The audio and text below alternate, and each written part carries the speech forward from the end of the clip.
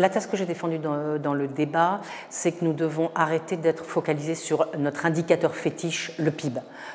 Pourquoi? Parce qu'il a de graves défauts qu'on apprend en terminale déjà, mais notamment un défaut fondamental qui est qu'il ne nous permet pas de regarder les évolutions des patrimoines essentiels, critiques, que sont le patrimoine naturel et notre cohésion sociale.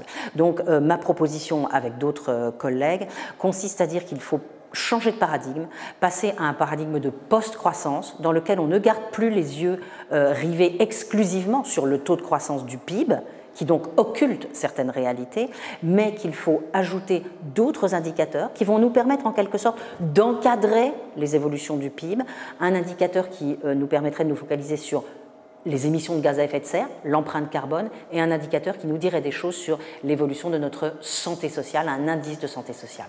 Il me semble que la question essentielle que les économistes ont à traiter aujourd'hui, c'est celle de l'écologie. Le prix d'I Nobel vient d'être attribué à William Nordhaus.